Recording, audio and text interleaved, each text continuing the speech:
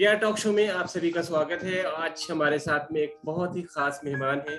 वो खूबसूरत भी हैं, खूबसूरत भी हैं और अपने बिजनेस में उन्होंने जो स्टैंड लिया है और जो उन्होंने सक्सेस पाई है उसके लिए आज हम रूबरू हो रहे हैं।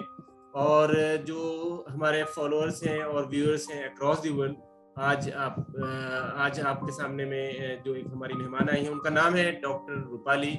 Doctor Rupali, welcome to Piya talk show. Thank you so much. आज आप आई हमारे पास में, आज हमसे बात कर रही हैं पिया टॉक शो पे। सबसे पहले मैं जानना चाहूँगा कि आप अपने बारे में बताइए, अपने प्रोफेशन के बारे में।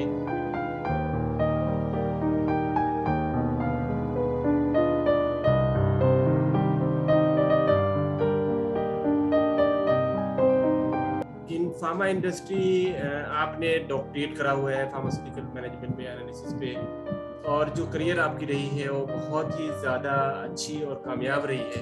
तो आप अपने बारे में बताइए, अपने करियर के बारे में बताइए और स्ट्रगल जो आपने किया है उसके बारे में बताइए। सबसे पहले तो मैं आपको धन्यवाद बोलना चाहूँगी कि आपने मुझे अपने शो में इनवाइट किया और अपना एक्सपीरियंस शेयर करने का ये अवसर दिया है, तो मैं बहुत शुक्रगुजार हूँ इसके लिए। बचपन से बहुत ही बर्निंग डिजायर है, means I want to do something great in my life, तो लेकिन मुझे कोई क्लैरिटी नहीं थी और कोई गाइडेंस नहीं था और मुझे I was not knowing that why what and how of my life.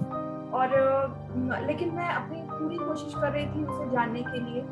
और after my marriage I started my career in pharma industry. At that time I was not knowledge of this industry. This industry was totally new to me.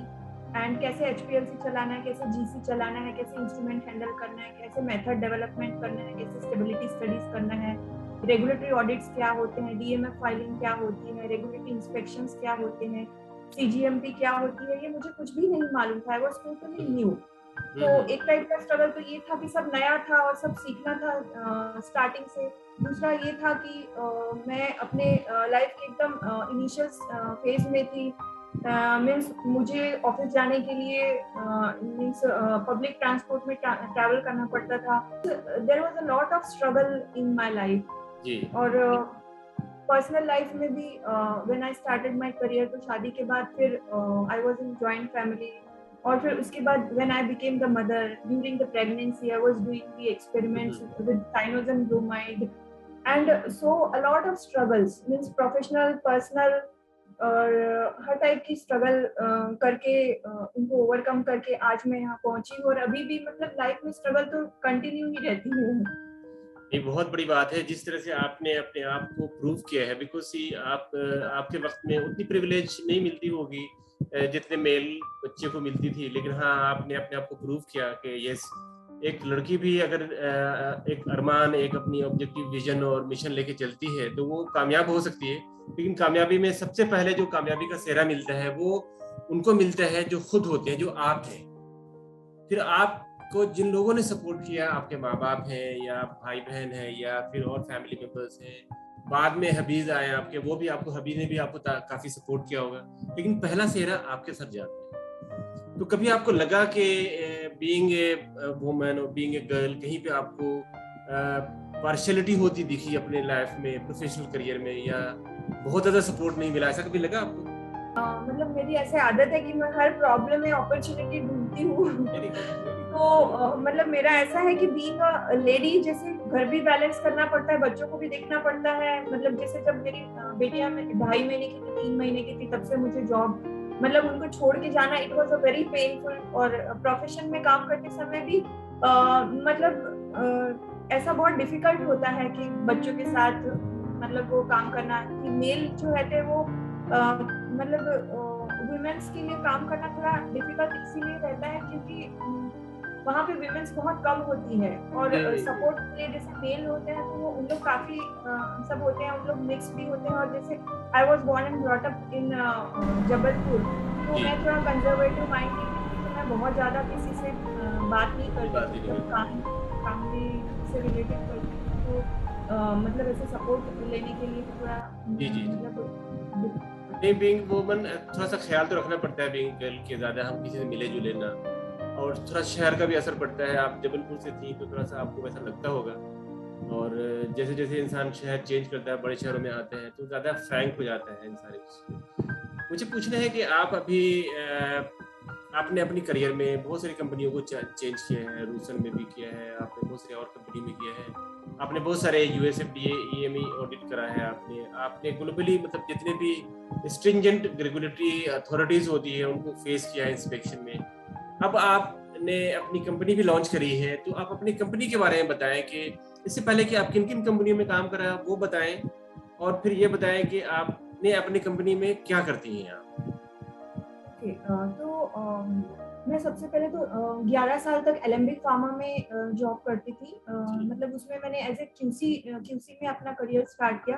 QC के बाद मैंने मतलब stability में काम किया, stability department में, corporate stability department. उसके बाद फॉर्मुलेशन डेवलपमेंट में काम किया, एडीएल में, एनालिटिकल डेवलपमेंट लेबोरेटरी में काम किया एलेम्बिक में। फिर उसके बाद मैं रेगुलेटरी अफेयर्स में गई, मतलब यूरोप, मतलब मेरा ट्रांसफर यूरोप मार्केट में हुआ था। और फिर उसी में मैंने यूरोप मार्केट की तरफ से I was representing means regulatory person in plant compliance also. तो 11 साल तो मैंने एलेम्बिक में काम किया। फिर उसके बाद मैंने एपोथिकॉन फार्मास्यूटिकल्स में काम किया। फिर उसके बाद मैंने एपिकोर फार्मास्यूटिकल्स में काम किया, वहां पर मैं एज ए कंप्लायंस हेड काम करती थी। और लास्ट इंस्पेक्शन हमने विद 0483 क्वालिफाई किया था। और फिर उसके बाद मैंने जॉब छोड़ के मैंने खुद की अपनी कंपनी स्टार्ट की। और the vision, my mission of my company is to help the pharmaceutical industries to achieve the compliance in cost effective manner. And मेरा vision है कि vision is the word in which every pharma industry will manufacture the product of the good quality and free of non-compliance, or in the word in which every pharma professional will live the life with legacy, fulfillment and abundance. आप जब एपिकोर में काम कर रही थी, USFD approved plant था एपिकोर, मैंने एपिकोर को विजिट किया था जब वो संजय भार्गवा जी थे उसका। शायद आपने देखा नहीं होगा मुझे, लेकिन मैंने जब इनिशियली उनको मिला था यूएसएफडीए, मैं वहाँ गया था और मैंने देखा था, मुझे पसंद आया था कि बहुत बढ़िया काम हुआ है। और आप लोग मेरे ख्याल से यूएस के लिए ही सिर्फ काम कर रही थी वहाँ पर उस वक्त। हाँ, मतलब जब मैं वहाँ पर थी तब हमारा जो फोकस था वो यूएस मार्केट था उसमें। तो आप ये बताएं कि आपकी कंपनी का नाम क्या है और आपकी कंपनी क्या सर्विस देती है? मेरी कंपनी का नाम, मैंने अभी तो मेरा नाम ही रखा है डॉक्टर रूपाली परांजपे। और मेरी कंपनी में जो सर्विस प्रोवाइड करती हूँ मैं, जो यूएसएफडीए इंस्पेक्शन की प्रिपरेशन में हेल्प करती हूँ, प्री इंस्पेक्शन ऑडिट करती हूँ, उनका रिस्क असेसमेंट करती हूँ, और क्यूए क्यूसी वेयरहाउस की एसओपी प्रिपरेशन का काम होता है तो वो भी मेरी कंपनी करती है। और I work on the mindset of the people, मतलब मेरा फोकस ये रहता है कि रूट कॉज पे काम करूं। मतलब प्रॉब्लम्स जो रहती है वो सिम्टम्स होती है, जो एक्चुअल रूट कॉज रहती है वो डिफरेंट रहते हैं। और तो वही मैंने मेरी फैक्ट्री को तैयार करते हैं ऑडिट के लिए, जो ईएमई के लिए होता है, जिसको यूरोपियन जीएमपी चाहिए या फिर टीजीए चाहिए या यूएसएफडीए यूके में चाहिए, राइट?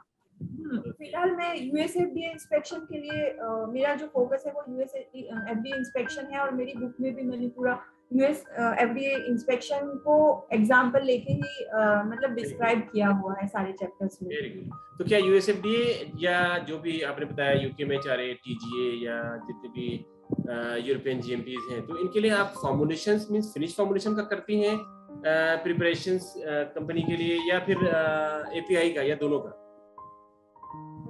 अभी जो मेरे प्रोजेक्ट रहे हैं वो तो मेरा फोकस पूरा एपीआई मैन्युफैक्चरिंग पे रहा है। जी, अच्छा, एपीआई मतलब टारगेटेड है अभी भी? हाँ, अभी भी है, लेकिन मेरा जो एक्सपीरियंस है वो फॉर्मुलेशन में भी है, जैसे टैबलेट कैप्सूल है। तो यदि मुझे ऐसे प्रोजेक्ट मिले तो I would love to work for them also, means I want to help them in compliance. तो compliance and regulatory inspection and regulatory guidance and trainings also.